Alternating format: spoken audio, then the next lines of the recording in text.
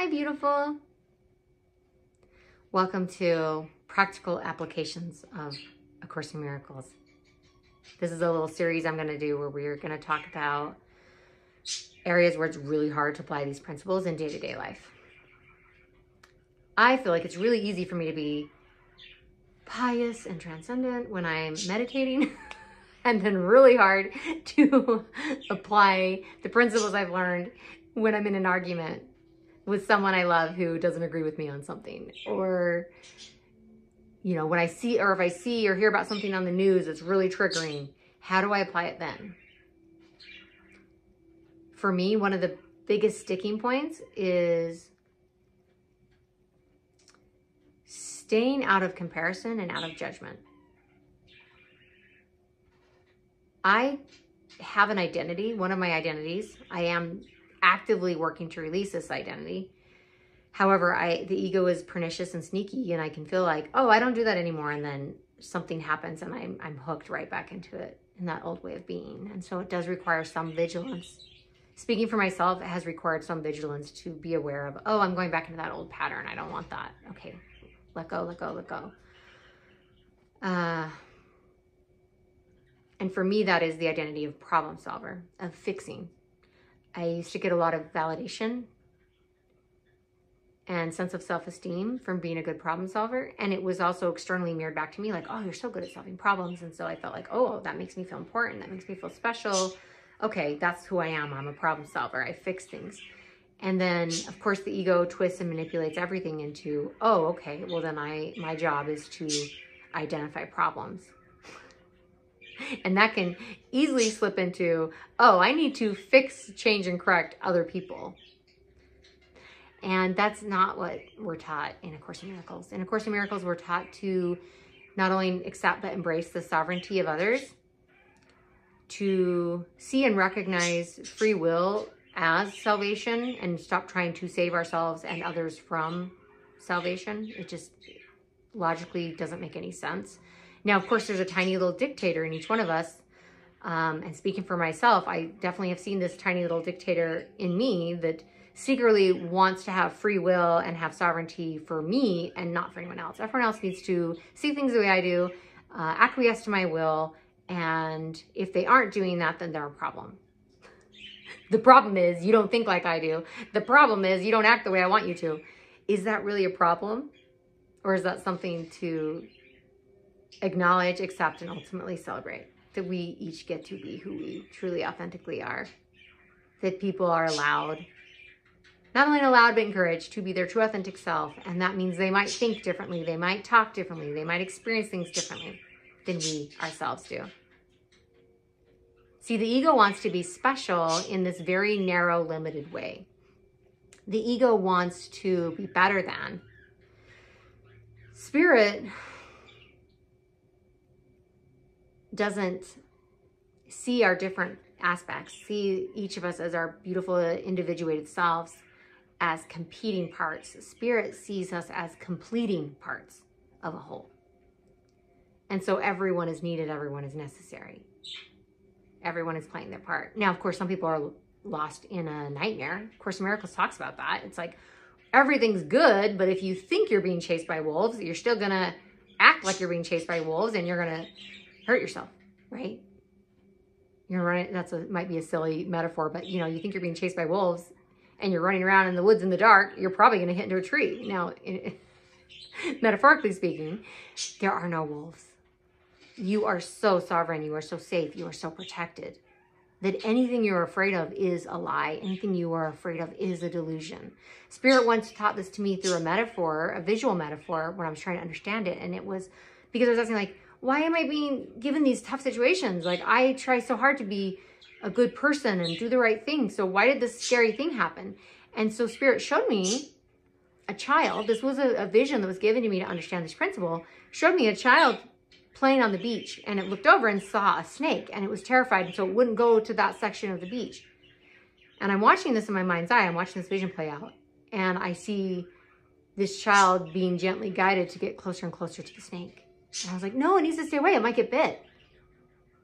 But I watch this child get closer and closer, and as it looks closely at the snake, it sees that it's a piece of driftwood.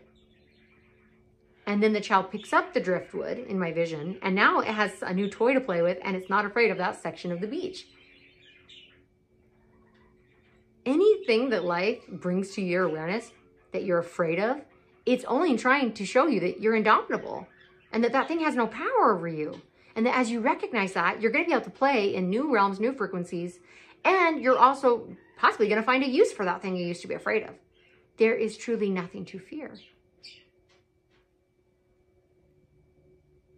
And when we look at other people as problems that we need to fix, we are lost in that fearful illusion. We forget that other people around us are sovereign souls. And that they too are an emanation of God. And even if they are lost in a delusion, it doesn't change their divine inherent worth. Ego wants to be special in terms of being better than and comparing. But the soul sees that kind of special as laughable. Not only unnecessary, but just laughable, because you're beyond special. There's only one of you. You are so precious. You are so unique. There is no other you. There is nothing to compare to you. There's no comparison. It's you. Beautiful, perfect, whole, and complete.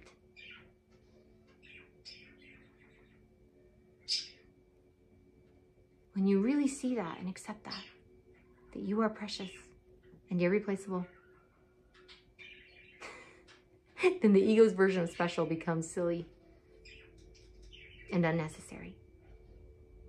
And then we don't have to look at other people the way the ego would have us look at other people, as better than, or worse than, or more than, or less than. And letting go of those delusions. Letting go of even the desire to compare, because why? If you are being your true, authentic self, then you and your life and your experiences aren't going to look like anyone else's. This interactive earth school, this learning device, is a prison if you don't know the way out. But if you know the way out, it's a playground. And you can look at the people around you as your teachers, everyone. Some people teach us how not to act. Some people teach us, oh, that might be a good thing to try. I'd like to be more like that. Or I'd like to apply some of those beautiful characteristics and those character traits. I'd like to integrate them into my being. This person's so kind. Wow, they've inspired me to be more kind. Or, hey, this person is, screaming at their child in the grocery store and my heart is hurting. I'm not going to condemn or judge this person. If I feel guided to gently offer love and support, I will. I'm not going to condemn them. I'm going to thank them for reminding me how important it is to be gentle to children. And double down on my own commitment to be gentle to mine.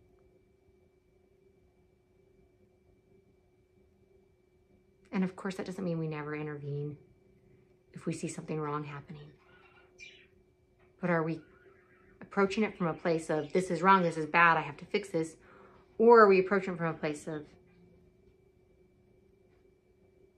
I am love, and ultimately this person is love too.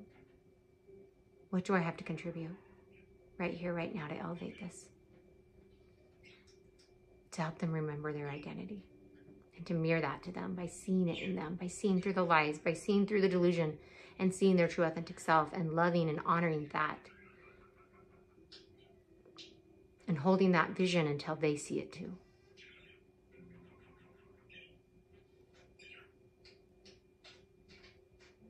We're not here to demonize.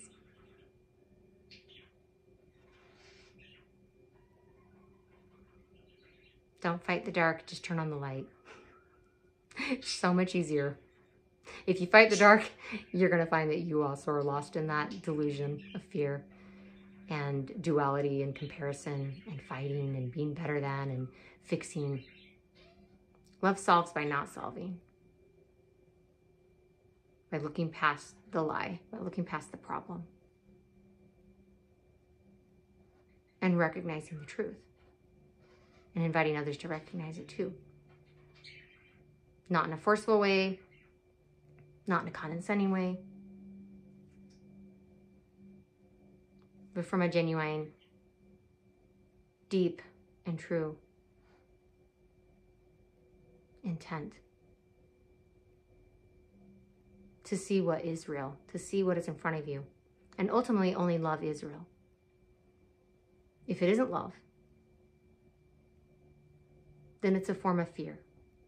And all fear is based on delusion and lies. Sooner or later, we recognize that. So in our day-to-day life, anytime, here's the invitation for myself, because I told you this is where I really struggle. I have not mastered this, so I'm not here as a master in this principle to tell anyone else how to do it. I'm inviting all of us, including myself, to really lean into being aware and recognizing when we are problem solving and letting go. And realizing, I'm not a problem solver. It's not my job.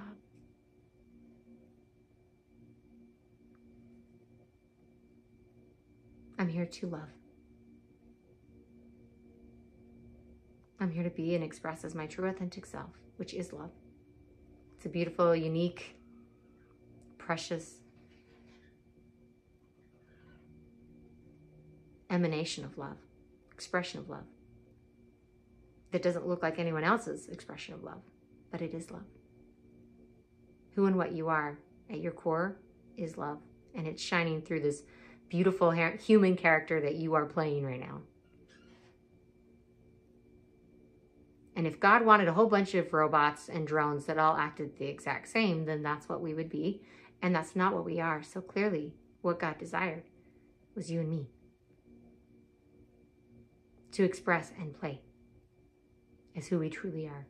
And as we do that, we effortlessly start to harmonize within ourselves and integrate within ourselves and elevate the people around us, which elevates our communities, which ends up elevating everything through a ripple effect. But it truly does not begin with fixing out there. It's harmonizing and integrating within here. So that's my reminder and my commitment this week, that when I catch myself trying to fix, well, I guess the first step is when I catch myself identifying problems, if I can let go right there, perfect. If it's too late, I already identified a problem, I'm hooked. Then the next task is, okay, let go. This person, place, and thing is not a problem. What's being asked of me right now? 99 times out of 100, in my experience, all that is being asked of me is to be my true, authentic self. Okay, I'm gonna actually restate that 100% of the time in my experience. What the situation calls for is me to be my true, authentic self. Not to pretend anything or put on a show. And my true, authentic self is love and is patient and is gentle. And so is yours. Now, your human character might be a little spicy. That's fun. But how can you show up as the love that you are while embracing your spiciness, but remembering that we're also here to be host to God, not hostage to ego? And that's a long, beautiful journey that I'm not going to be able to explain in one video. For us to be able to start having that discernment of, is this part of my true, authentic self? Or is this a fearful part? Is this a part of my psyche that's wounded, that needs healing, that needs love, that needs integration? And it's okay, because all that's part of the journey. And we alchemize these lower aspects, these broken parts of our psyche, we alchemize them into some of the most beautiful treasures we'll ever have. So even that is not a problem, but an opportunity. There are no problems. There are only opportunities. I love you. Thanks for being here. I'll see you next time. Mwah.